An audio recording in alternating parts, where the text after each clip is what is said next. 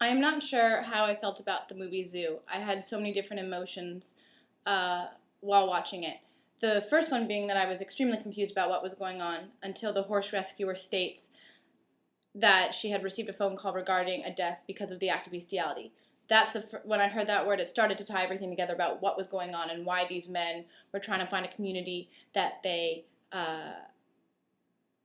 felt comfortable with, that they can be themselves with. However, because until the end you never see them engage in the act of bestiality, and because they continuously talk about their community of feeling comfortable with each other, not so much the act itself, I was confused about what exactly was going on. I thought that the voiceover dialogue was beautiful. I thought that these men spoke with a lot of emotion, and that therefore drew you into the film.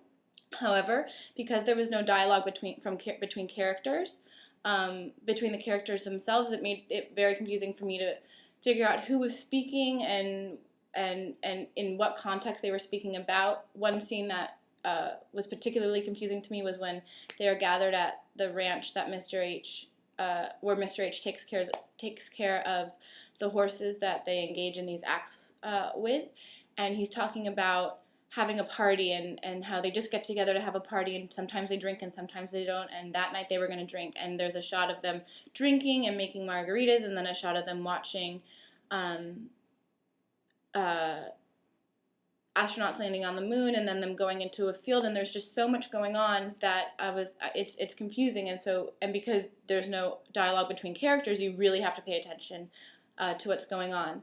However, though I felt the dialogue was confusing, I thought that the shots were beautiful. The shot of the first character from West Virginia in the field in Washington was a beautiful shot, especially juxtaposed to the shot of him in West Virginia. You really get an idea of the differences of where he's moving to, from rural West Virginia to rural Washington, but where it's green and lush and beautiful. And I think that added the beauty of the scenery of Washington was added to the movie.